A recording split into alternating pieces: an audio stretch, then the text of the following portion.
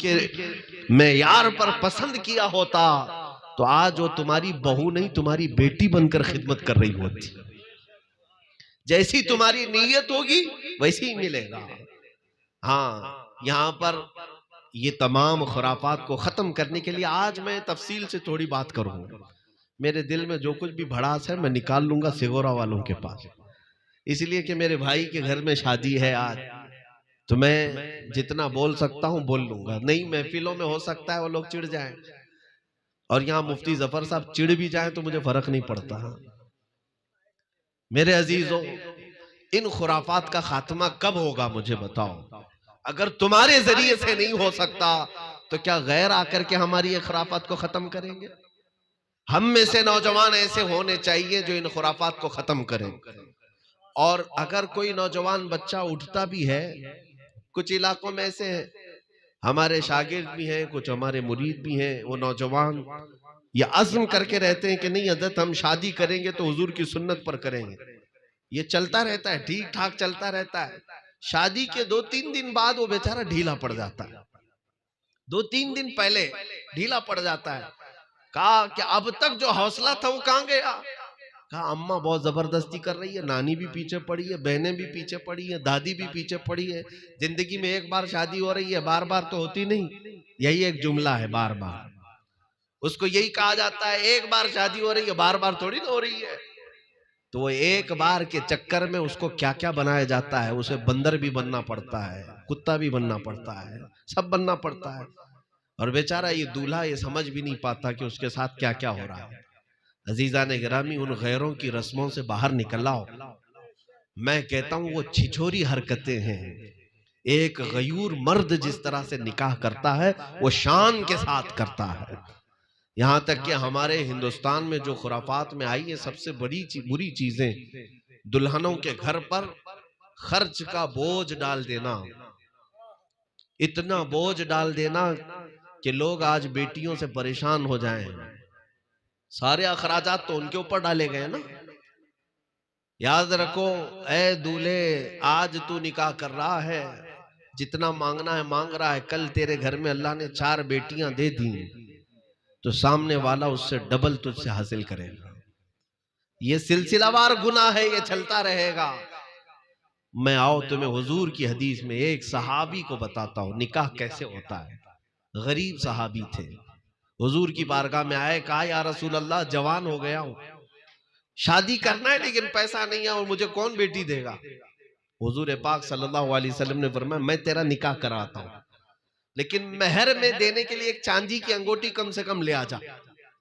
एक चांदी की अंगूठी बस, बाकी कुछ भी नहीं। मेहर तो देना है ना, शादी जितनी भी सादगी में हो जाए मेहर तो देना पड़ेगा। उस सहाबी ने कहा या रसूल अल्लाह मेरी इतनी ताकत नहीं कि एक चांदी की अंगूठी दे सकूं। हुजूर ने भेजा, कहा कि चांदी की नहीं दे सकता, लोहे की लेके आ जा। लोहे की अंगूठी देने की ताकत है तो वो लेके आ जा। दूसरे दिन वो सहाबी आए, कहा या रसूल अल्लाह मेरी उतनी भी हैसियत नहीं है, पूरे मदीने का गरीब आदमी हूं, एक लिबास में रहते हैं, लोहे की अंगूठी देने की भी ताकत नहीं थी। अब सुनो, क्या ऐसे नौजवान का निकाह ही नहीं होना चाहिए? क्या ऐसे गरीब को निकाह करने का हक ही नहीं है? हुजूर पाक सल्लल्लाहु ताला अलैहि वसल्लम ने अंसार सहाबा में से एक को बुलाया और कहा तुम्हारी बेटी है? कहा हाँ, मैं इस बंदे से तेरी बेटी का निकाह करता हूं। उस सहाबी ने कहा आमन्ना सद्दकना या रसूल अल्लाह, आप जो फरमाए आका कबूल है।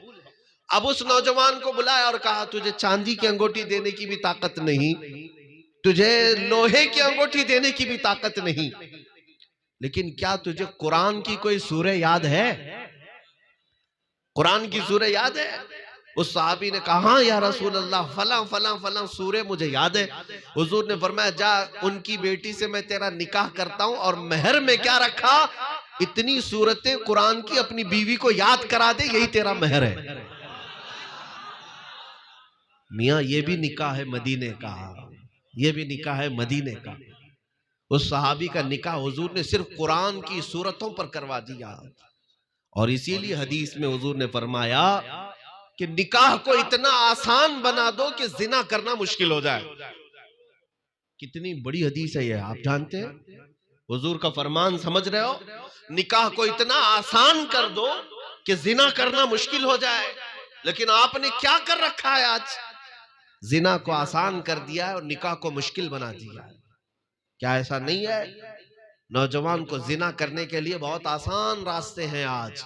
वो थोड़े खर्चे में कहीं पे भी जाकर के अपनी जिस्मानी तस्कीन हासिल कर लेता है। लेकिन निकाह के लिए क्या क्या खुराफात बना कर रखे हैं।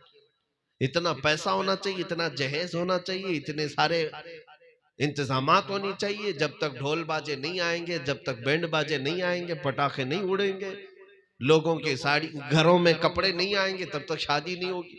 जितना बोझ करते जाओगे उतने गुनाहों में मुब्तला होते जाओगे। और उम्मत इन खुराफात में जब लग जाएगी तो मेरे अजीजों, ये ऐसी घुन है, ये ऐसा कीड़ है, जैसे गेहूं को पूरा कीड़ खा जाता है, ऐसे तुम्हारे पूरे मोहल्लों को खा जाएगा। इसको निकालो, अपने मुआशरे से निकालो। और मैं बारहा कहता हूं अपने नौजवानों को, जहेज मांगने की रस्म ये बहुत बुरी बला है। ऐ नौजवानों, अल्लाह ने तुम्हें मर्द बनाया है, मर्द बनाया है, मोहताज भिखारी नहीं बनाया। जो किसी बाप की बेटी से मांगते हो, बाइक चाहिए, कार चाहिए, फ्रिज चाहिए, वॉशिंग मशीन चाहिए, गद्दा चाहिए, अरे मियाँ लिस्ट तैयार की जाती है जहेज की। नौज़ बिल्लाहि मिन ज़ालिक। तुम्हें पता भी है, तुम एक बाप से उसका कलेजे का टुकड़ा ला रहे हो घर पे। किसी बाप को जाकर के पूछना बेटी को रुखसत करने का वक्त क्या होता है। अगर तुम्हारे घरों में बेटियां रुखसत हुई होंगी ना, याद आएगी बात। जब एक बाप अपने 18 साल 20 साल की बच्ची को रुखसत करता है, उसकी आंखें दुखती रह जाती हैं, दिल धड़कता रह जाता है। वो जवान बेटी घर से जा रही होती है। इतना क्या कम है कि उसने अपना कलेजा का टुकड़ा निकाल कर तुम्हें दे दिया, फिर तुम उससे उसका माल पूछते हो, उससे जायदाद पूछते हो कि मुझे जहेज में बाइक चाहिए, कार चाहिए, फला फला चाहिए।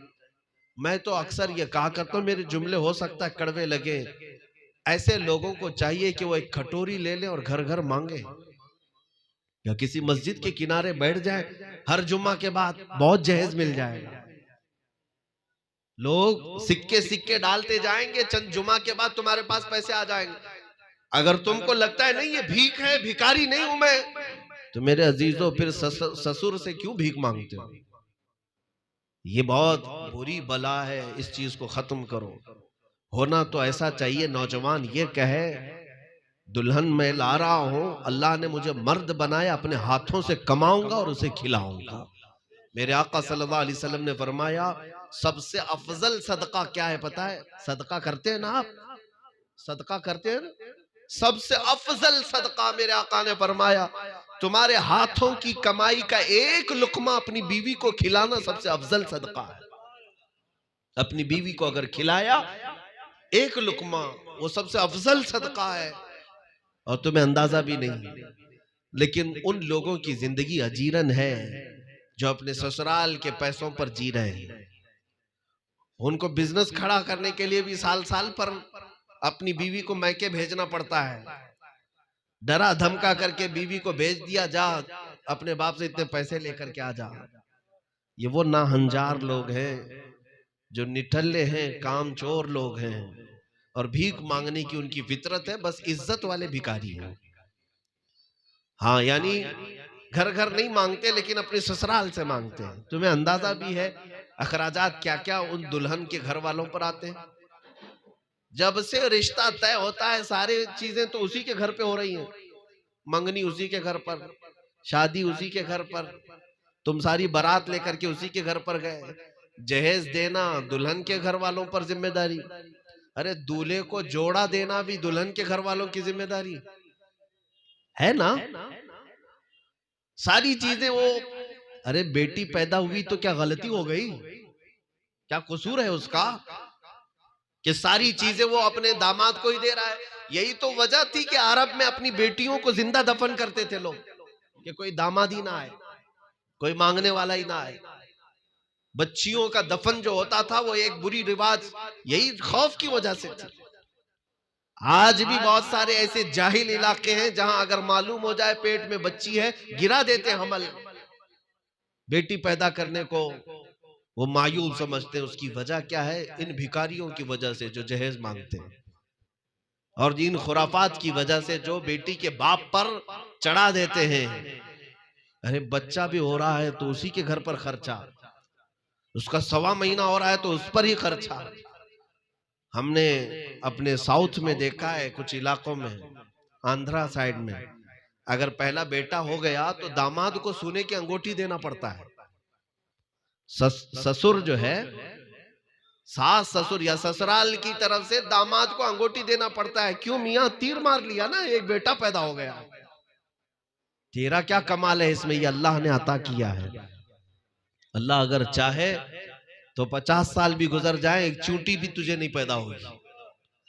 रब तबारक व तआला अगर ना चाहे, और अल्लाह की अता से अगर बेटा हुआ तो इस पर भी ससुर से सोने की अंगूठी मांग रहा है। यह अजब तरीके की भीख है। इन रिवायात को खत्म करें। पाकीज़ा निकाह वो है जो रसूलुल्लाह की रजा के मुताबिक हो। आओ मैं तुम्हें एक निकाह वो भी बता दूं। अल्लाह अकबर। सुनोगे आप? सुनेंगे आप? और जाहिर सी बात है दिल थाम करके सुनना। इसमें नौजवान ज्यादा होंगे, सुन करके कानों से उड़ा मत देना, अमल करने की कोशिश भी करना, और अल्लाह की बारगाह में आज़म करना कि मौला तेरी तौफीक हुई तो मैं भी अपनी जिंदगी में इस तरह अमल करूंगा। एक सहाबी आए हुजूर की बारगाह में, रसूल करीम सल्लल्लाहु ताला अलैहि वसल्लम से अर्ज किया कि या रसूल अल्लाह, मैं काला हूं। हजरत अब्दुल्ला अस्वद, उनको अस्वद कहते थे, मदीने में काले थे, बहुत काले थे, कोई बेटी देने वाला नहीं था, गरीब भी थे। हुजूर अकरम सल्लल्लाहु ताला अलैहि वसल्लम ने उनसे कहा कि तेरा निकाह मैं करवाता हूं। एक अंसार सहाबी थे, अम्र बिन वहब सकफी, उनकी बेटी मदीने की सबसे खूबसूरत लड़की थी, सबसे खूबसूरत लड़की, और हुजूर ने अपने इस सहाबी को उस घर भेज दिया, जा अम्र बिन वहब के घर जा, कि उनकी बेटी तेरे निकाह में देने के लिए मैंने कहा है, ये बात कह दे। ये हजरत अब्दुल्ला गए, किसके घर? अम्र बिन वहब के घर गए। शोहर बीवी बाहर बैठे हुए थे, बात कर रहे थे, वो भी सहाबी हैं, और ये अब्दुल्ला अस्वद आए, कहा कि मुझे अल्लाह के रसूल ने भेजा है। वो खड़े हो गए, कहा कि क्या बात है? कहा हुजूर ने फरमाया आपके घर में जवान बेटी है, आप अपनी बेटी का निकाह मेरे साथ कर दें। अब वो सहाबी ऊपर से नीचे देखने लग गए, निहायत काला नौजवान है, मेरी बेटी मदीने की सबसे हसीन। उस सहाबी ने ऊपर से नीचे देखा, पूछा क्या करते हो, बातें की, उसके बाद फिर ये कहा कि आप वापस जाएं, मैं अपनी बेटी से पूछ लेता हूं और फिर हुजूर की बारगाह में आकर मैं खुद ही जवाब दे दूंगा। हजरत अब्दुल्ला कहते हैं, मैं वापस पलटा, मेरे लिए ताज्जुब की बात नहीं, रोज रिजेक्ट होता था, कहीं पर भी जाओ तो लोग रिजेक्ट कर देते थे, मेरे लिए ताज्जुब की बात नहीं। मैं वापस जा रहा था मस्जिद नबवी, वो चले आए, लेकिन मैं आपको बताऊं, उस घर में जो नौजवान बेटी थी वो घर के अंदर से ही सुन रही थी। वो बाहर आई, पूछा अब्बा जान कौन आया था? वालिद ने कहा बेटी अब्दुल्लाह नाम का एक नौजवान आया तो निहायत काला है। कहा क्या कहने आया था? कहा तेरा रिश्ता मांगने आया था। किसने भेजा? कहा हुजूर ने। आपने क्या जवाब दिया? कहा मैंने सोचा कि तुझसे पहले रजा मालूम कर लूं, तेरा जोड़ होता है या नहीं, मेल खाता है या नहीं, दोनों की मैच होती है, मैचिंग होती है कि नहीं। उनकी बेटी उसी वक्त कहती है बाबा जान आपको पता है आपने कितनी बड़ी खता की है, अब्बा जान आपको पता है आपने कितनी बड़ी गलती की है, आपने आने वाले के चेहरे को देखा, भेजने वाले के चेहरे को नहीं देखा। कौन भेजा था उस नौजवान को, आपने ये नहीं देखा। उस खातून ने कहा अब्बा जान अगर उससे भी ज्यादा कोई काला हुजूर भेजते तो मैं जरूर उससे निकाह करती, इसलिए कि मेरे आका ने फरमाया तो अपनी सारी मर्जियां हुजूर के कदमों पर कुर्बान। बेटी का ये जवाब सुन करके बाप को एहसास हुआ, कहा कि मैं जल्द से जल्द जाता हूँ हुजूर की बारगाह में माफी मांगता हूँ, मुझसे खता हो गई। हुजूर के भेजे हुए गुलाम को मैंने वापस भेज दिया। वो दौड़े दौड़े मस्जिद नबवी आ रहे थे, रसूल करीम सल्लल्लाहु ताला अलैहि वसल्लम उस वक्त मस्जिद में बैठे और ये अब्दुल्ला अस्वद सुना रहे थे अभी कि हुजूर वहां गया था, उन्होंने वापस कर दिया है। ये अभी सुना रहे थे, पीछे ही वो लड़की के बाप भी दौड़ते दौड़ते आए, कहा या रसूल अल्लाह माफ कर दे, मुझे माफ कर दे, मुझसे ताखीर हो गई, मुझसे खता हो गई। मैं अपनी बेटी को पूछने के लिए थोड़ा वक्त चाहा था, मुझे रिजेक्ट करना या वापस करना ऐसा इरादा नहीं था। नबी पाक सल्लल्लाहु ताला अलैहि वसल्लम ने उन्हें माफ किया और उसी मस्जिद में उनका निकाह हुआ। लेकिन सुनिए, हजरत अब्दुल्ला को हुजूर ने खुद अपनी तरफ से पैसे दिए, कहा जा शादी का सामान खरीद ला, आज तेरा निकाह है, अपनी दुल्हन को ले जाएगा, फलां घर में रखेगा, कुछ खरीद करके आ सामान। हांडी पतेलियां तो जरूरत पड़ती है ना, घर गृहस्थी के लिए सामान। हुजूर ने अपनी जानिब से उन्हें पैसे दिए कि जा सामान खरीद ला। अब्दुल्ला गए, बाजार में सामान खरीद रहे थे। ये वो वक्त था जब अचानक मुशरिकीन मक्का मदीने पर हमला कर रहे थे। अल्लाह के नबी सल्लल्लाहु ताला अलैहि वसल्लम की तरफ से अचानक ऐलान हुआ मदीने की गलियों में, ऐ मुसलमानों, रसूल पाक सल्लल्लाहु ताला अलैहि वसल्लम मदीने से निकल पड़े हैं जिहाद के लिए, इसलिए कि दुश्मनों ने मदीने पर हमला किया है। इतना सुनना था, वो अब्दुल्ला जो अपने शादी के सामान खरीद रहे थे, जंग के सामान खरीदने लग गए। जंग के सामान, उनको जो जो जरूरत थी, तलवार, नेजा, भाला, हथियार, वो खरीदने लग गए। घोड़ा भी खरीद लिया। इतने पैसे उनके पास थे जो हुजूर ने दिए थे। यहां तक के जिंदगी में कभी उन्होंने वो लोहे की जीरा नहीं पहनी थी, टोपी नहीं पहनी थी, वो भी खरीद लिया। पूरे पैसे खर्चा कर दिए, 1 रुपया भी बचाया नहीं। शादी का सामान खरीदने गए थे, लेकिन हुजूर का ऐलान क्या हुआ, सब कुछ जंग का सामान खरीद लिया। फिर वक्त आया कि सारी चीजें लिबास मलबूस में होकर वो मैदान जंग में आ गए और लड़ते रहे, इतना लड़ते रहे। हुजूर पाक सल्लल्लाहु ताला अलैहि वसल्लम ने देखा, अपने सहाबा से पूछा, इसको जानते हो, ये नया पहलवान कौन है? सहाबा ने देखा गौर से और कहा कि कोई नया आदमी लगता है, मदीने का तो नहीं है, क्योंकि आज तक सहाबा ने उनको कभी इतना पहना हुआ नहीं देखा, कभी घोड़े पे बैठा नहीं देखा, कभी तलवार उनके पास थी नहीं, इतनी गुर्बत थी। आज तलवार भी लहरा रहे हैं, ढाल भी हाथ में है, ऐसा कौन बहादुर आया है? हुजूर पाक ने मुस्कुरा करके अपने सहाबा से कहा, वो मेरा अब्दुल्ला है, मैं उसकी कहनियों के कालेपन से पहचान रहा हूं कि वो अब्दुल्ला है। मैंने आज उसे शादी का सामान खरीदने के लिए पैसे दिए, लेकिन इसने पूरे जंग के सामान खरीद लिए और आ गया है। ऐन दोपहर के वक्त जख्मों को इतने उनके ऊपर आए, जख्मों को खाते हुए जामे शहादत नोश कर गए, उसी मैदान में शहीद हो गए। मेरे अजीजों, उनका जिस्म पाक मैदान में रहा। शाम के वक्त हुजूर पाक सल्लल्लाहु ताला अलैहि वसल्लम खुद चल करके आए और जब सब लाशों को जमा किया जा रहा था, हुजूर अब्दुल्लाह की लाश के करीब बैठ गए और अपनी गोदियों को बिछाकर अब्दुल्लाह के सर से वो जीरा हटाई, टोपी हटाई और उनका सर लेकर अपनी गोद में रख लिया और उनके चेहरे पर, उनकी दाढ़ी पर जो कुछ भी मट्टी और गर्द और गुबार लगी थी, मेरे आका ने अपने हाथों से साफ किया। जो खून लगा था वो हुजूर पाक ने अपने हाथों से पोंछा और फिर कुरान की आयत पढ़ने लगे कि ये वो लोग हैं जिन्होंने अल्लाह से किया हुआ वादा पूरा कर लिया। मेरे अजीजों, बताओ इससे बेहतरीन दूल्हा कौन हो सकता है जो हुजूर की गोदी में अपना सर रखकर दुनिया का आखिरी सफर कर रहा हो, ख्वाहिशात को कुर्बान कर दिया। मेरे अजीजों, इस पूरे हदीस में दोनों जगह देखें, ना अब्दुल्ला अस्वद के दिल में ये तमन्नाएं थी कि शादी हो तो दुल्हन को लेकर के मैं वहां जाऊंगा, यहां जाऊंगा, नहीं, हुजूर की रजा सबसे पहले है। और ना ही उनकी दुल्हन के अंदर ये ख्वाहिशात थी कि मेरा दूल्हा होगा तो ऐसा टॉप का होगा, ऐसे कपड़े पहनता होगा, नहीं, दुल्हन के अंदर भी यही ख्वाहिश थी कि जो होगा वो रसूल की मर्जी से होगा। ऐ नौजवानों, निकाह करो तो हुजूर की ख्वाहिशात पर कुर्बान करो अपनी ख्वाहिशात को, नबी पाक की रजा पर अपनी ख्वाहिशें कुर्बान करो, फिर अल्लाह देखो कितनी इज्जत अता फरमाएगा, कितनी इज्जत अता फरमाएगा।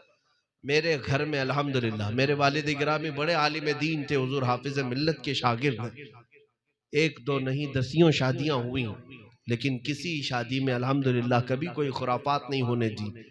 लेकिन हमारा मामूल ये था कि जो दूल्हा हो उसकी शादी से पहले महफिल मौलूद घर में जरूर रखी जाती, खत्म कादरिया शरीफ जरूर होता। और हमने ये तय किया खास तौर पर अपने उन नौजवानों से कि निकाह से पहले हमारा बच्चा एक बार मुकम्मल खत्म कुरान करेगा। और निकाह के बाद दुल्हनों को हम ये कहते हैं, अगर अल्लाह ने तुम्हें हमल दे दिया तो 9 महीने तक एक कुरान, 3 कुरान, 5 कुरान जितने हो सकते हैं खत्म करो, फिर देखो तुम्हारा बेटा कैसा पैदा होगा। अजीजा ने गिरामी, जिंदगियों को इन खुराफात से, ये टीवी सीरियल मूवी और फिल्मों से निकाल करके आओ, हुजूर के दरबार में आओ, गुंबद खजरा की छांव में आओ।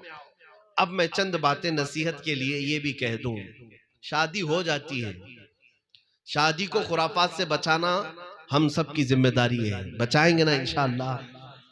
मैं मौलाना से भी कहता हूं, मैं अभी बांदा कल था, एक जलसे में था, वहां के उलमा भी मुलाकात की। मुझे एक बात बड़ी पसंद आई, इलाके के सारे उलमा ने इस बात पर इत्तेफाक कर लिया है कि जिसके घर में भी डीजे बैंड बाजे आएंगे उसका निकाह हमारे इलाके का कोई आलिम नहीं पढ़ाएगा।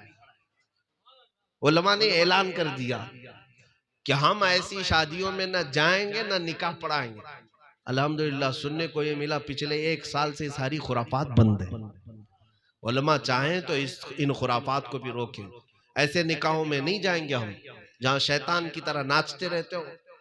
फिर उलमा को बुला करके क्या जरूरत है। और सारी खुराफात तुम्हें अगर गैरों की तरह से ही करना है तो उन्हीं को बुला करके अपने निकाह भी कर लेते। लेकिन तुम्हें पता है कि निकाह के लिए एक आलिम होता ही है, खुतबा रसूलुल्लाह का वो आलिम ही पढ़ता है। इसलिए मेरे अजीजों, दीन इस्लाम के तरीके पर आप अपने निकाहों को करें। जो बातें हैं शादी के बाद की, वो चंद